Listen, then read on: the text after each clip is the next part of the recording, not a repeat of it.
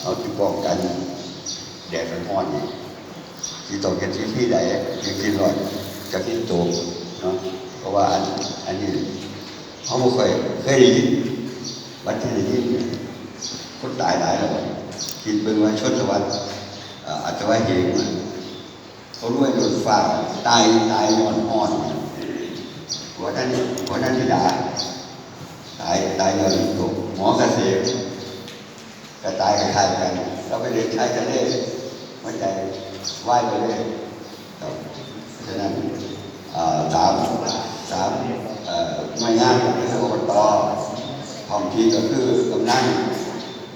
ฝ่ายสาธารณสุขก็คือผู้ในการรับพระตเพราะฉะนั้นทุกปีอบตทุนหาที่นั่งชิมออกทุกปีถึงจะผมได้เป็นมา20 ปี21 ปีที่เขาผมออกมาทุกปีแต่ว่าปีนี้ไม่ได้ทราบแค่มันเกี่ยวกับเรื่องการเพราะว่าสมัยที่แล้วมันเหมือนวันที่27 พฤศจิกายนนายกสปต644เมื่อเวลาหลังจากนั้นมาก็เกิน45 มื้อเขาจะส่งเห็นการเลือกตั้งนายกตั้งสปตอบตเลยกำหนดเอาวันที่11 ต้นปีที่ผ่านมาเป็นวันเลือกตั้งที่แต่ละบ้านมีการแข่งขันเนี่ยมีการแข่งขันเนี่ยอบตหลายบ้านโซน4 หมู่บ้านมีแข่งขันกันที่ไหนมี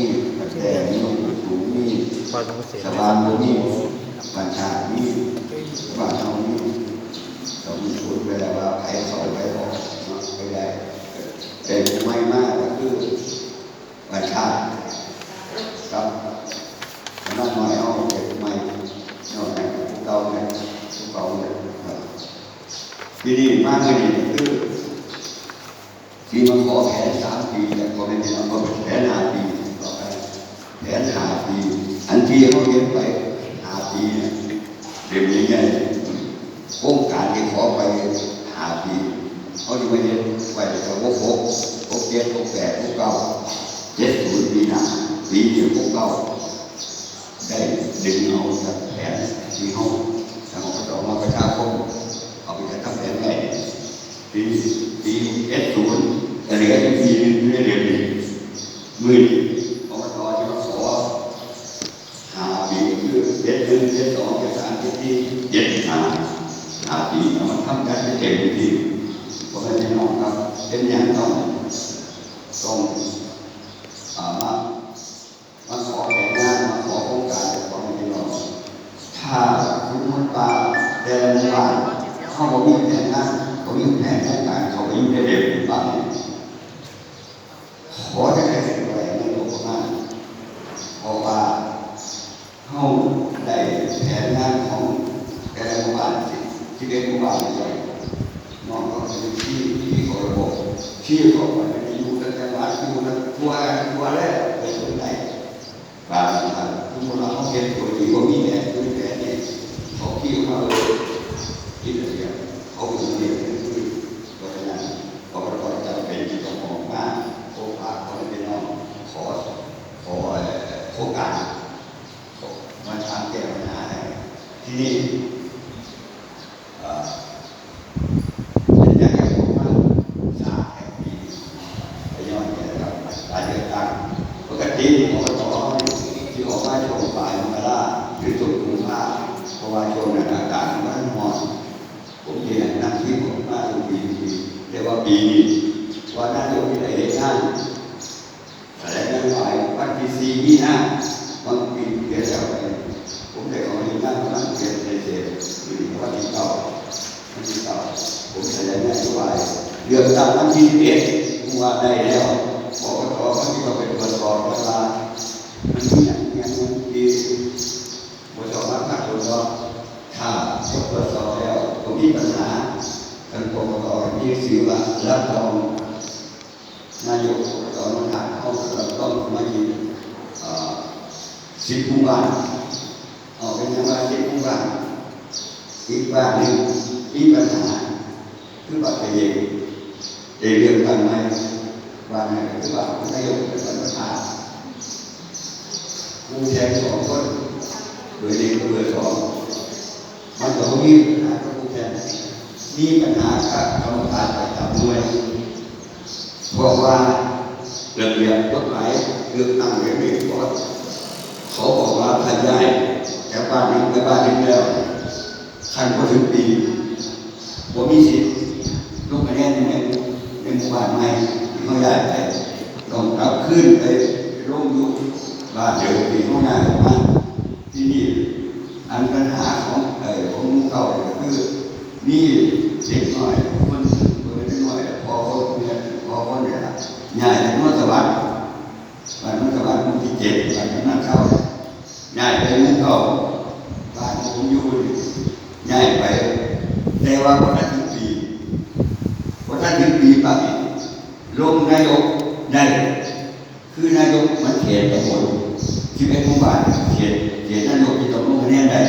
เขาย้ายไปพอถึงปีก็ลงได้เพราะว่าเขามีเสียงอยู่ในทุกเสียงแต่ว่าไปลงสอรอหมู่เก่าก็ได้เพราะในงานมากกรรมการประจำหน่วยผู้ที่ให้เส้นซื้อฉีดบัตรแทนพอเส้นซื้อบัตรฉีดกันเลยพอเส้นซื้อบัตรฉีดกันเลยต้องข่าวก็เป็นจริงที่ฉีดให้พอบัตรนายก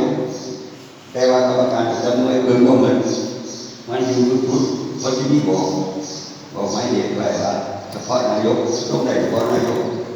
สอบตต้องกลับไปร่วมบ้านเดียวใหญ่มากที่กรรมการประจำหน่วยก็เบิ่งอันชุดเนี่ยที่เขาบอกว่าลงเฉพาะนายกไปฉีดบัตรสอบตอีกนั่นแหละคือบัตรสอบใบเขาผู้หาการตามไปกับคนที่อยากได้ไปยกร่วมกองว่าผลนับออกมาแล้วบัตรก็คะแนนมันบดตรงมันบดคะแนนมันก็ตรงกันแต่เรื่อยหัวรับรองต้องเลือกตั้งใหม่มาเลือกตั้งใหม่วันที่22 กุมภาพันธ์ก็ได้คนที่ชนะมันบ่มีบ่แม่นความผิดของผู้สมัครแต่มันเป็นความผิดของกรรมการประจำหน่วยไม่รอบคอบไปฉีดไปเข้าไปนี่แหละมันได้เสียเวลาเพราะเป็นอย่างนี้ครับแค่นั้นเสียเวลาเพราะเป็นอย่างเสียเงินอีกต่างหากเนี่ยเลือกตั้งนายกเลือกตั้งสมาชิกทุกหมู่บ้านทั่วประเทศไทยเข้าดีใส่เข้าเงื่อนอบต.เองรัฐบาลว่าให้แต่ว่าเลือกตั้งสส.เขาให้มา7,000 ล้านปนันกับหัวเถียงกันอยู่อันของเขาเนี่ยตั้งงบมาประมาณ700,000 กว่า800,000เนี่ยมาใส่งบเข้ามาที่นี่พอมาเลือกตั้งซ้ำนี้ก็ต้องเสียงนั่นอีกมุกเก่าเสียงนั่นเลือกตั้ง2 เที่ยวเพราะฉะนั้นบอกให้พ่อแม่พี่น้องรู้ว่าเดี๋ยวอยู่ระเบียบถ้าบอกง่ายไปทั้งได้กระดาษพอถึง1 ปีว่ามีสิทธิ์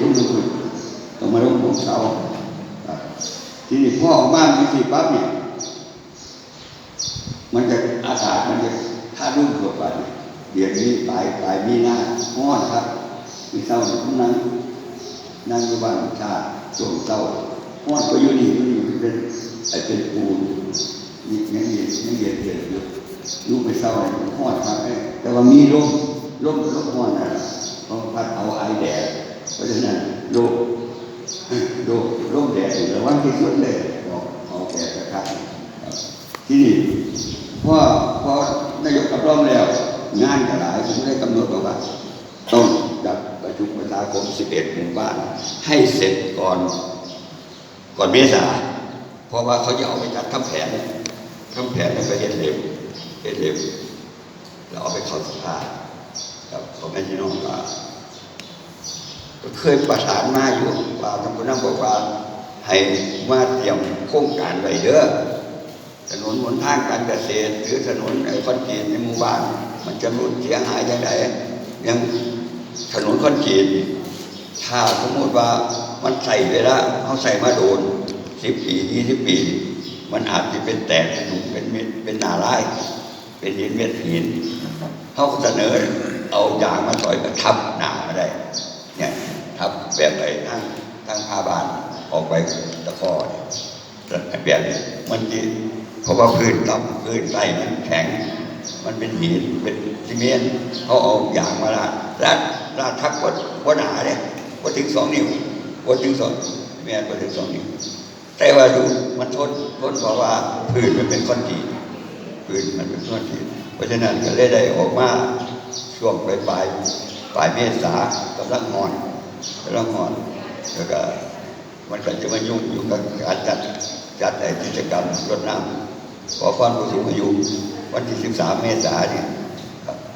จะให้โควต้าทางสอบตทางพยาบาลมาบอกว่าพัดเวียนกันเอาเด้อให้บางบ้านก็ได้10 กว่าบางบ้านใหญ่ๆก็บ้านใจ20 กว่าคนไปก็ไปพบปะกันอยู่หอชุมของอบตข้างล่างก็ม้วนผ่าเป็นมาฉันเพศเต่าองค์แล้วก็หลังจากฉันเสร็จก็เรียกอาหารเอาโต๊ะจีนอาหารอีสานของดอกฝ่ายบรรพพามาให้ผู้เฒ่ากินเพราะฉะนั้นเดี๋ยวนี้ไผ่หมู่ยังว่าจะได้ไปรวมเนี่ยวันที่13เขามาหายังบัวเด็กเพราะว่าเดี๋ยวสวตกับพยาบาลไปปรึกษากันแล้วที่เอาไปผมบอกว่าคนมาแล้วให้เปลี่ยนให้คนอื่นมาเนี่ยไปเนี่ยสินะให้หมุนเวียนกันเพราะแม้ว่าเอาแต่ลูกท่านหลานเตอร์ไปคนอื่นเขาก็อยู่พอใจเนาะครับทีนี้ผมก็คงที่ว่าใส่เวลาโดนพวกป่าก็ไม่พี่น้องเพราะว่าเดี๋ยวจะมีทางเราก็ต่อ